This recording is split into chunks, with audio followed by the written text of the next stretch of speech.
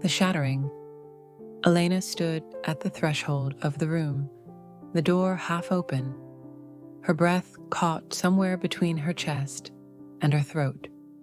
The light outside was fading fast, casting long, fractured shadows across the floorboards.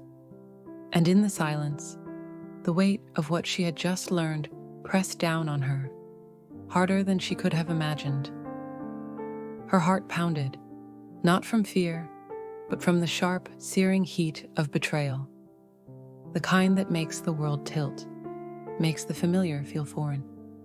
She clenched her jaw, feeling the sting behind her eyes, but no tears came. Not yet. How could you? The words echoed in her mind, but they felt too small for the storm inside her. How could you look me in the eye and lie? How long have I been standing in the dark while you kept the truth from me? Her fists tightened at her sides, nails digging into her palms. She wanted to rage, to scream, to demand answers. But what would it change? The damage was done. The foundation she thought was solid, the trust she had built piece by piece over years, had cracked.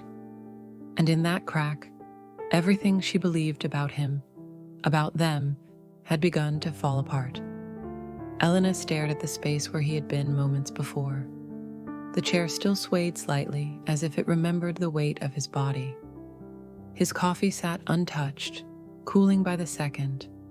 The small, ordinary things mocked her with their normalcy. How strange, she thought, that betrayal could arrive so quietly, so invisibly, and yet leave such devastation in its wake. I let you in. I let myself believe in you. The voice in her head was raw, trembling with hurt and fury. I handed you my trust, and you shattered it without a second thought. A gust of wind rattled the window, and Elena felt something shift inside. The anger, hot and consuming, was still there, but beneath it, a deeper ache began to rise. The ache of loss, of realizing that the person she thought she knew was a stranger in disguise. What do I do now? She wondered. How do I move forward from this? Can I ever believe in anything you say again? Her gaze hardened. She knew the answer. Trust wasn't something that could be patched up with apologies or promises. It wasn't words that rebuilt it. It was actions, over time. And maybe, just maybe, it wasn't something that could be rebuilt at all. Not this time.